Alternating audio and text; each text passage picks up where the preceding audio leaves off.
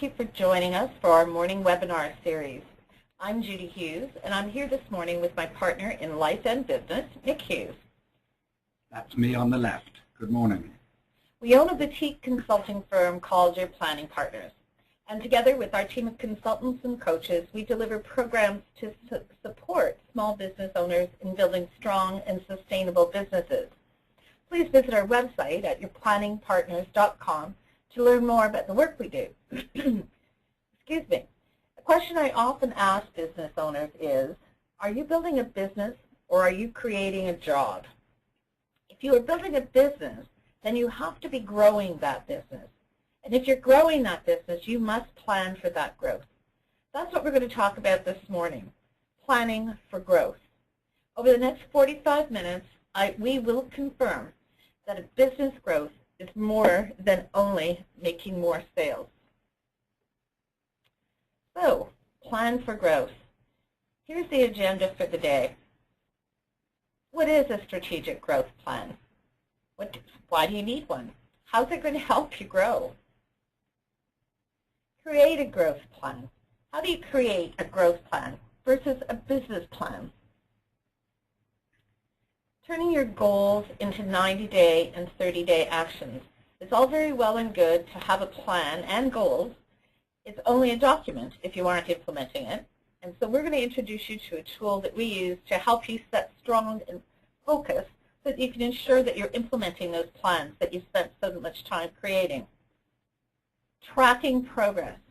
Monitoring and managing your plan is vital. Your plan provides the benchmark to measure your progress. Nick's going to walk you through the importance of tracking progress and what you should be tracking. Fast track corrective action. When you're monitoring and managing your plan, what do you do when you recognize that something is off track? We will share some insights on how fast tracking and taking corrective action, how to fast track and take corrective action so that you can achieve the growth that you planned for. And we're going to close with some next actions, some things that you can do to plan for the growth of your business.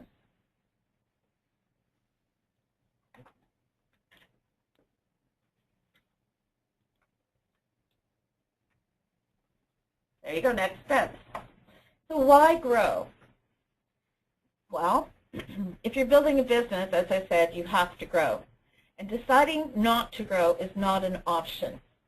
You can't maintain a business. If you had a job in a large corporation, you might want to be status quo. But in your own business, your competitors will run you over if you're simply in maintenance mode. Some clients are going to leave no matter how good you are, and your products will get outdated. And you might lose a key team member. One of the things that Peter Drucker says is if you aren't growing, you're going backwards. So why plan for that growth? Why plan? Why not just let it happen? I tend to think, sometimes I sit back and look at things and think, oh, well, that just happened automatically. Well, that's not the case. Growth is complex. As you grow your business, you're going to have too many moving parts. Nick's going to walk you through some of the complexity a little bit later. But as I said earlier, it's not simply about making more sales. You're going to need to make sure that you've got more automation, more people, more products. A plan will help you reduce risks. By looking ahead, you can identify the hurdles and assess the risks that you might be in front of you and decide whether or not it's worth it. A growth plan will save you time and money. It ensures that you're doing the right things at the right time, and it will minimize, not necessarily eliminate, but minimize the spinning of wheels. It helps you define your opportunities. A plan always includes taking the time to assess what your opportunities are so that you can be responsive rather than reactive. And it will help you identify the gaps in your business that need to be filled. I'm going to talk a little bit more about that when we talk about the planning model and how to plan. And a plan helps you set milestone dates. It's not good enough to have a plan with all the goals that are due on December 31st, because I guarantee you that you're not going to start to do anything towards most of those goals until December 1st. You need to define and set milestone dates throughout the year. A trick question: how do plans fall behind? The answer: one day at a time. So what is a growth plan? It's a working document. It doesn't have to be pages and pages. In fact, keep it simple. Remember that other people, including outsourced support people, can do some of the work, and that should be written into the plan. A plan will tell you where you want to go. You need to be very clear on your destination. Where you thought you were going when you started your business may not be the same as now that you are growing your business. Your growth plan is going to tell you how you're going to get there. That's the missing component for so many people. The how is the strategy. This is the piece that business owners forget. We're going to grow our business by 15% this year, they say. And my response is, great. So how are you going to do that? Are you going to add products? Are you going to add a sales team? Are you going to open up into the U.S. market? What's your strategy for growth? That's the how you're going to get there.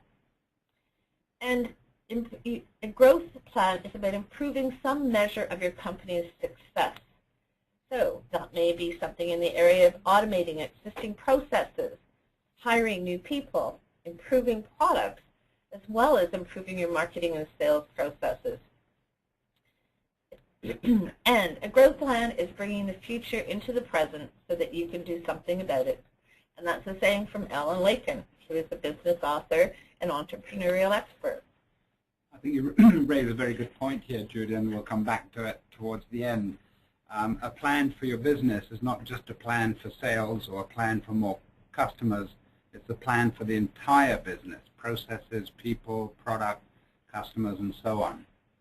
That's right. It's that same common theme that growing your business is about more than only selling more stuff. You need to have the infrastructure, no matter how small or no matter how, if it's virtual, whatever, you need the infrastructure to support it. So there are lots of planning models out there, and most of them, not all of them, are for developing business plans. And a business plan is a little bit different than a growth plan. In its simplest form, a business plan validates why you should be in business. And it's not often based on your business history, because very often it's done at the startup stage. A growth plan sets out strategies and actions that are going to build your business, and it's always based on your business history. The planning model that we've developed and that we work with our clients is called the Strategic Focus Planning Model. We work through this all the time with our clients, and we encourage you to borrow this and use this model to bring strength to your business growth. So here's where it all begins. The V is for vision. And the vision is about you, the business owner. Setting your vision is probably the most important thing you did when you started your business, and it's the most neglected thing that people do when they are growing their business.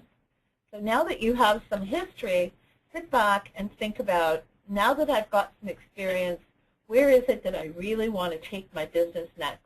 And this is about you, the business owner. Where do you want to take your business next? How do you see it? What do you see it to look like? And it's not unusual that it will have changed in some respects from when you first started your business. The vision is about getting absolutely clear on where you want to go.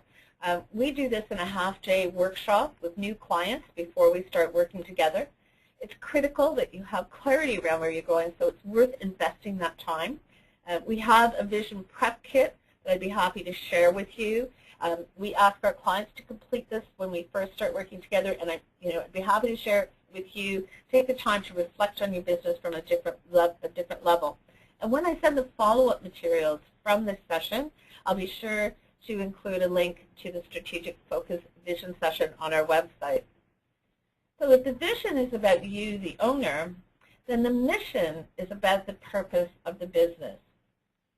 So the purpose of the business is what you very often will see on people's business cards, websites. It's not the tagline. It's what you're in business to do, who you serve, what is your differential, and it's truly the purpose. You use this as the filter for everything you do as you're growing your business. Our mission statement is to be instrumental in helping small business owners achieve the success that they want for their business. Think about what is your purpose of your business, and note that the arrow goes up. And that's because the mission must be totally in line with the vision that you have for you and where you stand in your business. Once we've done that, then we deal with 3-year objectives. It used to be that we could do 5-year objectives. Not anymore. Things are changing far too quickly. There's too many things going on. The 3-year objectives, unlike the vision, the 3-year objectives are much more measurable. The 3-year objectives will cover things in the area of team, product, technology. What does your well-oiled machine look like in 3 years? What do you want it to look like? And again, and we've heard these terms before, these must be SMART. You want them to be specific, measurable, achievable, realistic, and timed. We often change the A of achievable to appealing, because if it's not appealing to you, the business owner, and to your team, you probably aren't going to really embrace it and move towards it, because 3 years is far away. We need to be inspired towards that. So we said team, products, technology. You may have an objective for distribution. Do you want to distribute your goods globally, goods or services globally, locally, internationally? You may have an objective for money, and you probably will, but please don't make that objective only about revenue. Please include a profit objective. It's absolutely of no good to be making $1 million in revenue and have it cost you 1.2 to do that, unless, of course, it's a strategy that you have in place. And so coming back to this plan for the whole business, as Judy said, your 3-year objective should cover a number of different areas like technology, people, product, distribution, and so forth. And once again, we're not just talking about increasing revenue, we're talking about a plan for the entire company. Absolutely. And it all has to go back to that mission. Again, carry it up. Are these objectives in line with my mission? Is my mission in line with my vision? Okay, so now once we've done that, that's when we do the 1-year goals. And this is where the gap analysis comes in.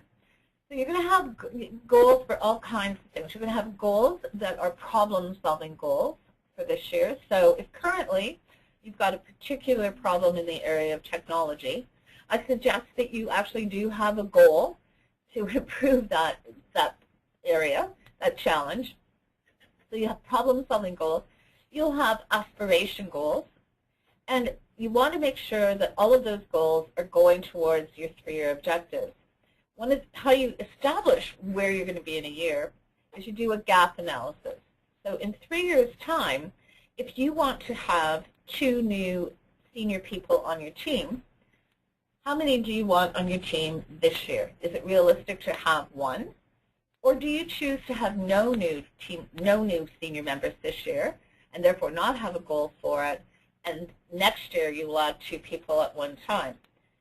So what you want to do is always look at what's the gap. In 3 years' time, if I want to have $1 million in gross revenue, what is realistic this year?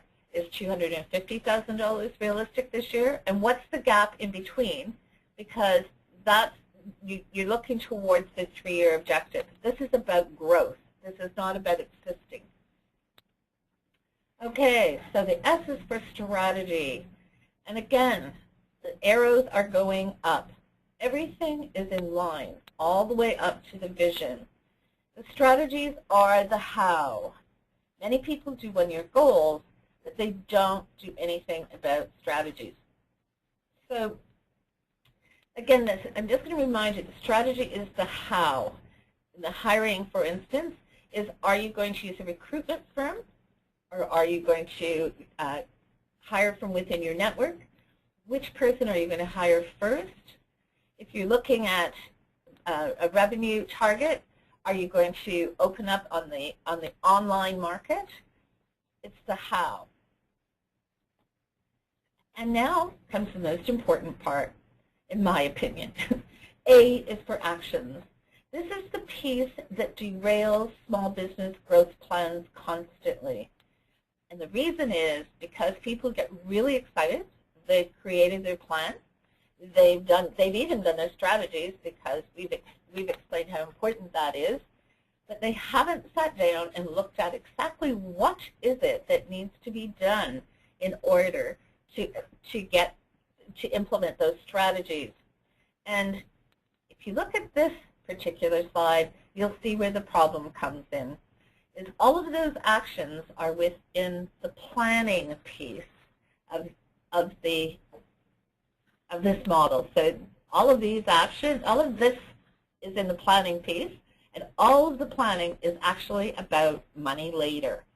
Down here is money now, and that's the stuff that keeps us busy all day, every day, or at least we let it keep us busy all day, every day.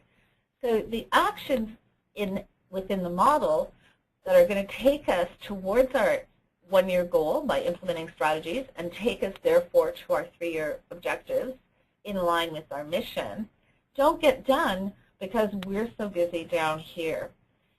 If you take the time to identify what it is you need to do to implement your strategies, what you have and if you can identify what's critical, Nick's going to talk about that a bit more, but you can identify which of these actions are actually critical, which of these actions are actually going to affect the implementation of your plan, or are going to actually not allow you to implement your plan, and identify those so that you can be sure that while you're down here doing the money now activities, you're still doing some of these, the important pieces that are going to help you move forward. And Nick's going to show you a tool in a few minutes that's going to help you with this even more.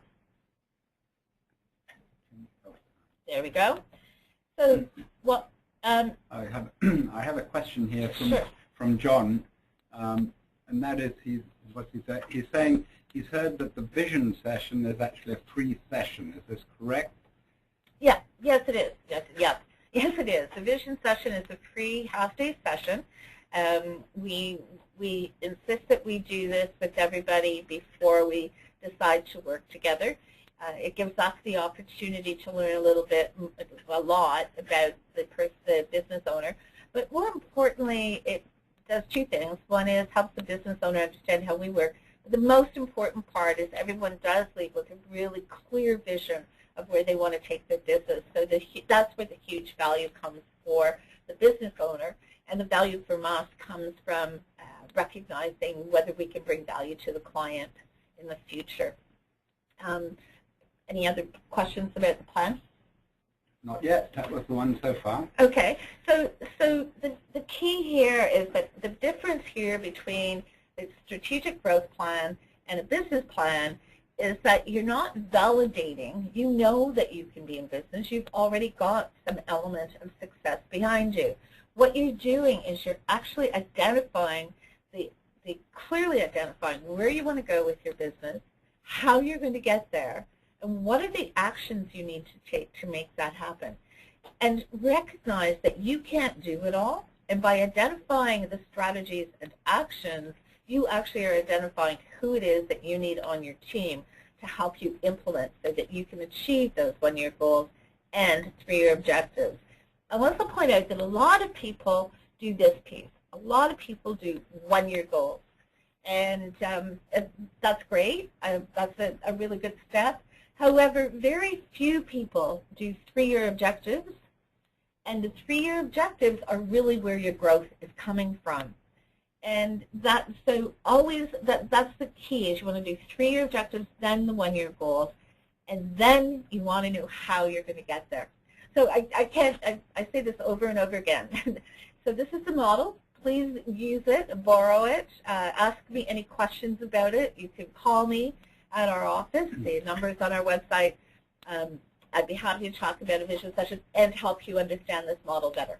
And I'm going to turn it over to Nick now because he's going to talk about using your plan. Thank you. Thank you, Judy. So she's done the easy part, which is put the plan together, and it's obviously not quite as straightforward as that. But the key is to make sure you execute that plan. So we're going to go through some tools, techniques, and tips on how you can make sure you execute the plan.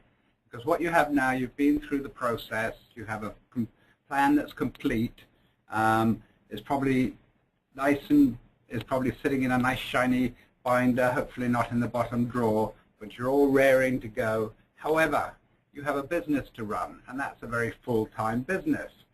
And as Judy mentioned earlier, the money now, money later, you're also faced with actions that has to happen now and versus actions that can happen later, and very often the plan is actions later.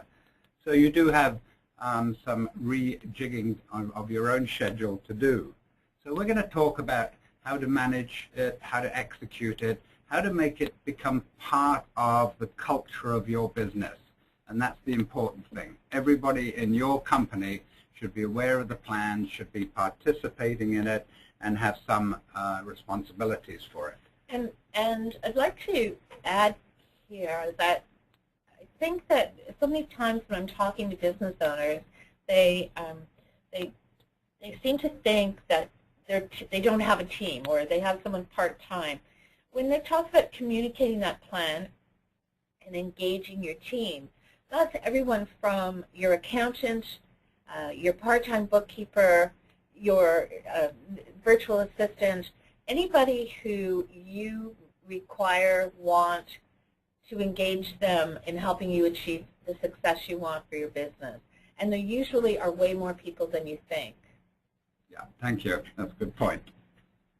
So let's get into the, as we say, use it or lose it. If you're going to take time putting the plan together, if you don't use it, you're really going to lose it because it hasn't achieved anything that you want. So the three areas we're going to cover in this section of the webinar are how to track progress. That is obviously essential because once again, as Judy said, this plan is a roadmap that takes you into a growth path that you've decided you want to go. Now we've got to track that growth. We'll then talk about how to make corrective actions. The reality is the world changes, things change, your plan will get off track, and so we'll give you a few tips on how to bring it back on track. And finally, we will talk to you about how to see amber lights, things that are happening that tell you that it's okay now, but probably they will cause problems at some point in the future. We call them the amber lights. So that's what we're going to cover in this section. So let's kick off right away with the tool that we use all the time, and Judy mentioned right up front in this webinar. It's the 90 and 30-day focus. The intent behind this tool is you have a 1-year and 3-year growth plan in front of you, and there's no way you can sort of map that out and keep track over such a long period. So we cut it down into shorter time frames, namely 90 and 30 days. The very first thing we do is go back through the plan together, and we look out over the next 90 days, and that's conveniently 3 months. So if you're doing this at the end of January, we would be looking at February, March, and April. And we look at it and say, what are the critical success factors? These are the things that have to happen over the next 9 months if we're going to achieve our 1-year goals, which will in turn take us to our 3-year objectives. So we call them critical success factors. If they don't happen, it'll put the plan at risk. So it's critical that they do happen. And we identify what those are. So at the end of the next 90 days, what are the things we have to complete? Is it the implementation of the new website? Is it the implementation of a new CRM? Is it hiring a new team person? Is it bringing on a salesperson? Whatever it might be, these are all the things that have to happen by the end of the next 3 months. So that is your 90-day focus. And this is what I was mentioning earlier in the planning model, is that people set a goal. The goal is to have sales of $1 million by December 31st, 2015, and the strategy is to hire a salesperson. And December 1st is a little bit too late to be hiring that salesperson. So that's why you sit down and say, okay, what do I need to be doing this quarter in order to execute my strategy and achieve my goals? Thank you. So now you take your 90-day focus and you say, okay, that's what I want to achieve in 90 days. What must I achieve in the next 30 days? See how we're cutting it down into shorter and shorter time frames, which allow us to manage it much more effectively. What's got to be achieved in the next 30 days if we are to achieve that 90-day focus? So in our example, I said with the end of January, the 30-day focus would take us to the end of February. However, doing it and putting it away is not going to work. You have to be reviewing it, refining it, and revising it all the time, both on a weekly basis, and then at each month you would rework your 30-day focus, and at the end of the 90 days you will rework the next 90-day focus. And in fact, some of our clients have achieved a huge success by actually looking at their 90 and 30-day focus every single morning. So they start their day with looking at their 90 and 30-day focus and said, what must I make sure happens today if I'm going to achieve the 30-day focus? And I think that's an excellent practice. But at the very least, you should be revisiting it at least weekly. So the 90 and 30-day focus is a hugely powerful tool. We have created a template for people to work on this. So if you would like a copy of that template, please ask, and we will, of course, send it to you. Another tracking mechanism is track the key dates. A plan is all about dates, achieving things by a certain date. So let's track those dates. So the first thing you're going to do here is go through your plan, and if you haven't already done this, identify the key end dates for all the initiatives in there. You know, the ones improving our technology. We will move to Microsoft 365 by the end of June. There's your key date for that. We need to hire another admin support person, and we want to do that by the end of September. There you've got the key end dates. These are all initiatives that require a start, middle, and end.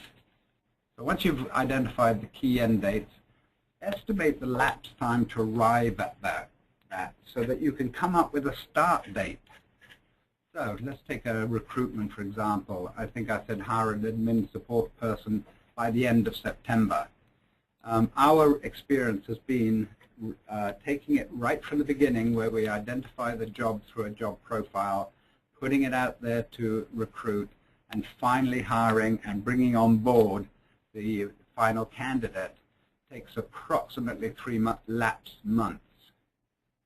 So now we have a start date. We go from the end of September back 3 months, and that's what, the beginning of July, or yeah, beginning of July. So we have a start date for hiring the admin support person of July the 1st. And why do we care about that? Because we're going to focus on start dates, not end dates. We don't care about the end date. We care about making sure we start on the required start date. Because if we miss the start date, we're going to miss the end date. So track your key dates, create the start dates, and that's what you use as your tracking mechanism. Any questions on that so far?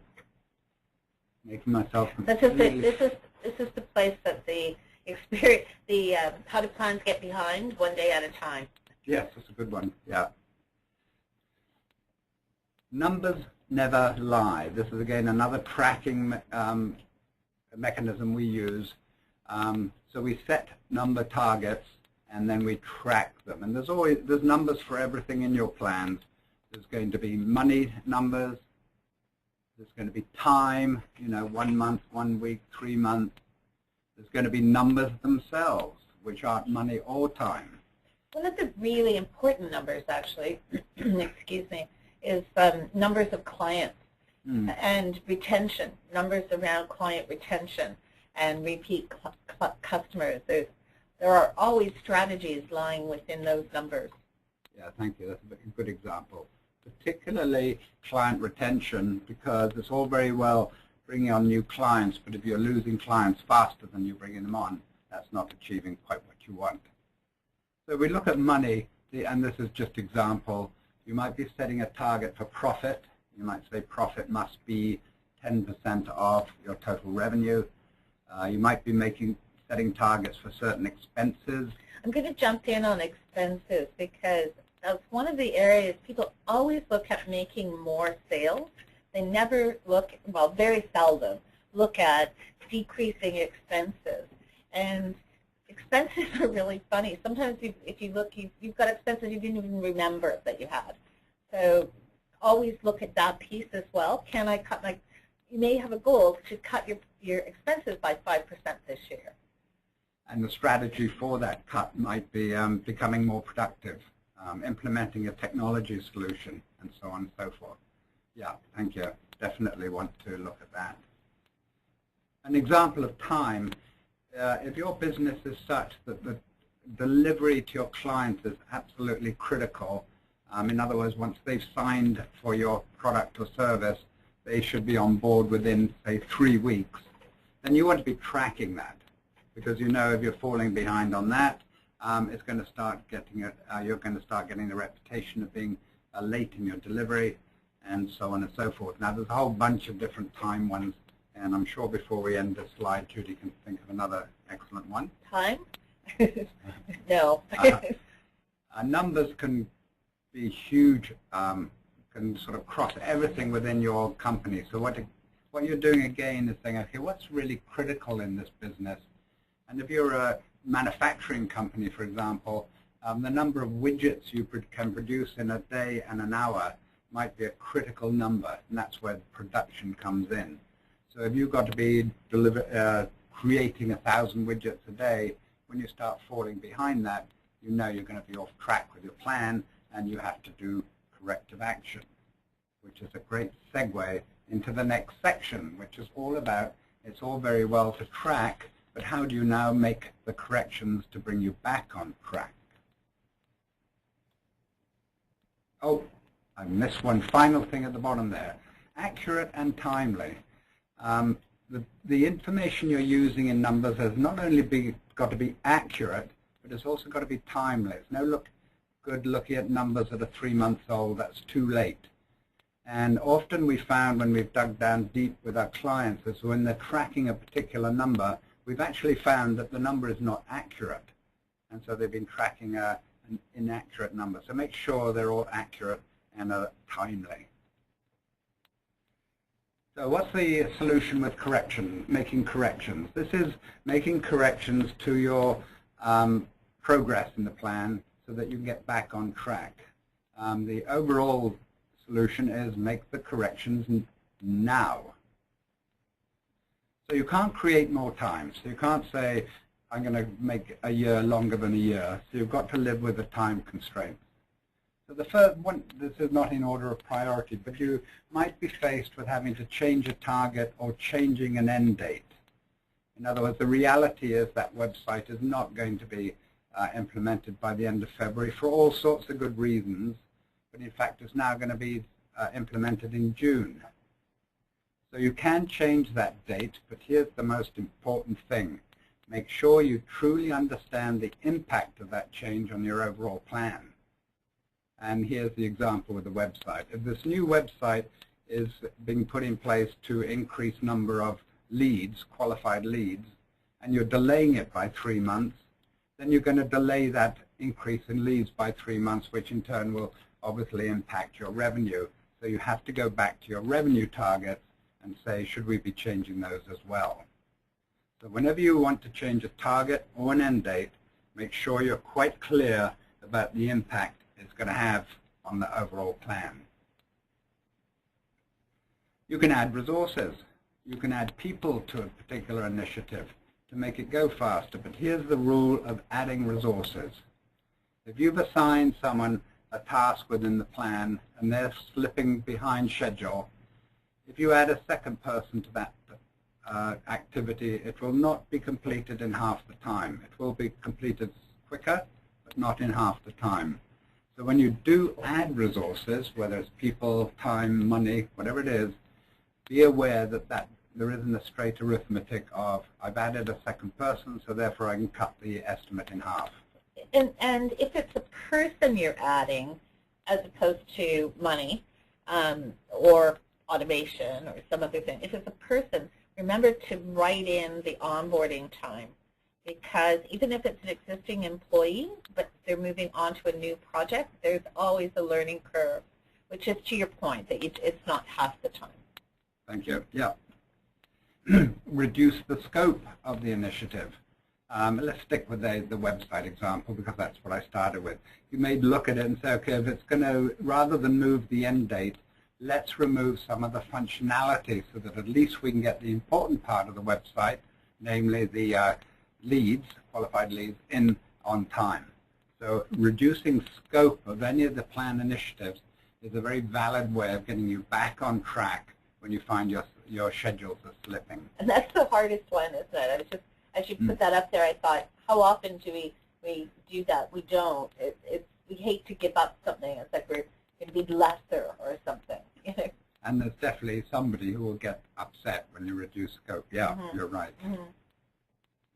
Must, should, nice. When you first put the plan together, everything was important, no doubt about it, and everything might still be important. But things do change. So when you are working your way through the year and through your plan, when you start finding that there are just too many activities, there are too many initiatives to complete them all this year, sit down with your team and go through all the actions and all the strategies and label each one either must, should, nice, meaning this must happen this year, this one should happen this year, but it's not essential, and this one, it would be nice if it happened. So what you do is you immediately remove all the nice ones, because if they're nice, they're not really achieving your growth targets. You put the should ones aside to return to in another 30, 90 days, and you focus only on the must. This is like reducing scope, but this is reducing scope of your overall plan, and you're focusing on the must items. Remember, this is a growth plan. You want to grow your business profitably. We are saying it's got to be profitably. So what are all those activities and strategies that will achieve that? So must, should, nice is a wonderful tool to use when you realize you're faced with just too many things to be done in too short a time. So must, should, nice. And rule number 5 in how to correct a slipping plan is never delay the correction. Absolutely never. Do it now, as we say right up the top there, because if you wait, it'll just get worse. Any questions on that? No, I must make myself very clear. So that's how you can make corrections to your plan. But how do you know when things are going to go wrong, but they're not yet going wrong? This is what we call the amber lights. Watch out for the amber lights, because they're warning you of something, but you don't yet know what. But they are probably going to turn into something that will cause slippage in your plan, or you're not achieving parts of your plan. So here's how you watch out for the red amber lights. Here are some examples of amber lights that happen in all businesses, and they always turn into slippages in the plan. The first one is the most common. We call it the catch-up next week syndrome. This is the one where someone is just slipping behind, or the salesperson is not bringing in the sales amount that is in the plan, or the IT person is not getting the new CRM installed on time. Whatever it is, when you meet with them at the end of the week, they always say, don't worry, I will catch up next week. And then what do you do, though, when that happens? If somebody walks in and it's over and over again, what do you do? You tell them you will not catch up next week. What should we remove? Do we reduce the scope? Do we change the end date? What should we do to bring this back on track? Because it will not catch up next week, and it will not catch up the following week. So just watch for this. You will have exceptions. Someone will come in and say, I can catch up next week, and they will. But generally speaking, they all have full-time jobs, and there's no reason to assume they can catch up on something that's already behind schedule. Yeah, I think the amber light would be if it's repetitive. If it happens once, I suspect sometimes that happens. But if they come in the second week and they're still in the catch-up mode, you've definitely got an amber light. Yeah, and it depends what it is. For example, if they're 3 days behind already, and they've still got to work on it next week, so they've got to catch up on the 3 days and achieve what they had planned to achieve next week. So it becomes a very difficult situation. Right. So yes, but certainly judge it carefully. Another amber light is where deliverables are not particularly clear. I might be given the assignment of install this CRM next month. And I know what it means, but if someone hasn't clearly identified what the deliverable should be, for example, it's install the CRM and put all our contacts onto it by the end of next month, and I didn't realize that, then things that particular initiative is not going to be achieved on time. And deliverables should always have testing written in. So in other words, when you said the CRM, I was thinking, select the CRM, have all the contacts in it, and test that it works with our software. Yes, thank you. Absolutely, at the testing time. Plan reviews. This is where you're reviewing the 90 and 30-day focus weekly and monthly, and you're going back to your plans in detail every quarter. If you find you are rescheduling the plan reviews on a consistent basis, then this is an amber light that the plan is not being reviewed enough, and it's not being given the priority it should, and the chances are very good that the entire plan will slip behind schedule. So as plan reviews keep getting rescheduled, this is a big amber light. And timely corrective actions not taken. We've previously said corrective action must be taken now. Well, if they're not being taken now, then the good chance is that it's like compound interest. The slippages compound themselves and it becomes worse and worse.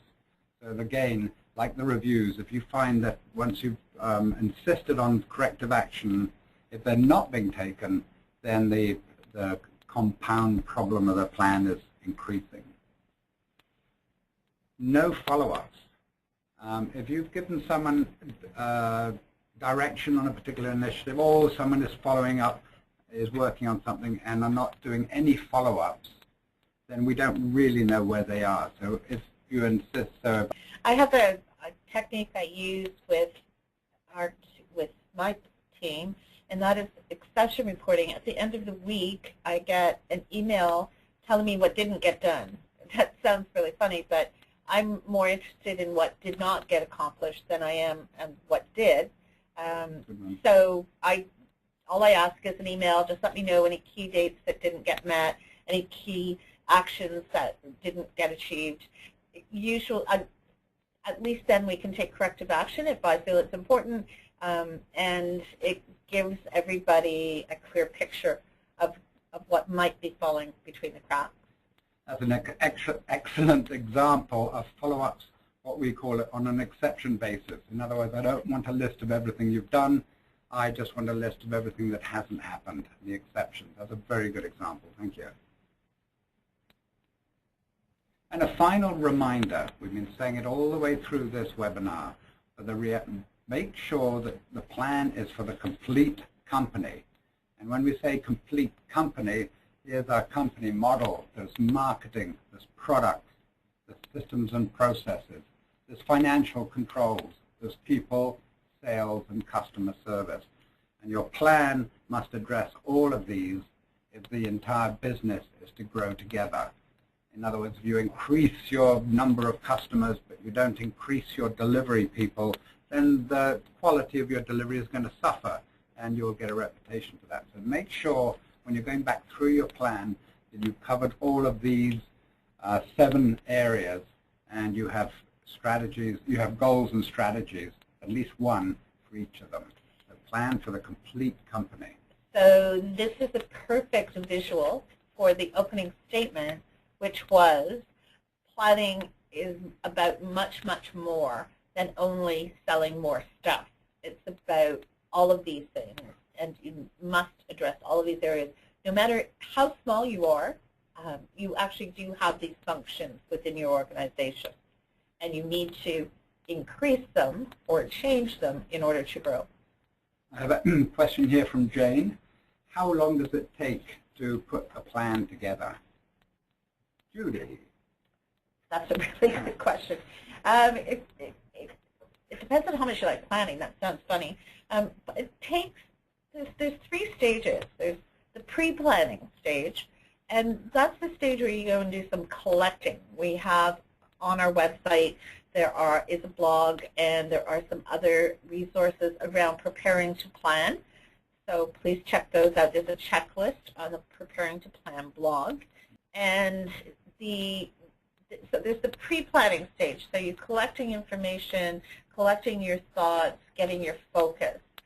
Then after that is the actual planning. And I'm going to suggest to people, our planning process with our clients takes place over a 2-month period of time, but that's not when you can start implementing sooner.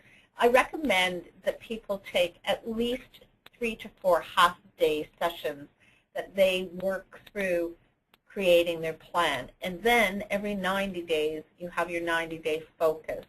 If you're working with your team, you probably want to create your objectives first. That's your 3-year objectives. And then work with your team to create your 1-year goals. Thank you. Very good answer. And so that concludes the planning part of our webinar. I hand it back to Judy. Okay. So we have some next steps that you can take for yourself with regard to planning for your growth. One is, please, we invite you to go to our website at yourplanningpartners.com. And on the home page, there is a space to download our Plan for Success handbook. And that will give you very detailed outline of how you can be planning for the growth of your company. The second is to sign up for our small business owners newsletter. It's a monthly newsletter. It always has pertinent information completely relevant to small business growth. And the third is to our vision session, which if you're seriously interested in growing your business, I'd be more than happy to walk you through the vision prep kit and to walk you through our process, and to set up a time for a complimentary half-day vision session. So please call me at the number you see there. And we invite you to engage with us and come and enjoy our webinar on February 18th, the 3 pillars of financial management. And I use the word enjoy seriously because Nick's blog starts out with the fact that most business owners would rather eat cut glass than look at their financials. So we're going to hopefully change that for you. I hope we can see you there, February 18th. And I'd love to tell you more about the vision session and about the work we do. I look forward to hearing from you.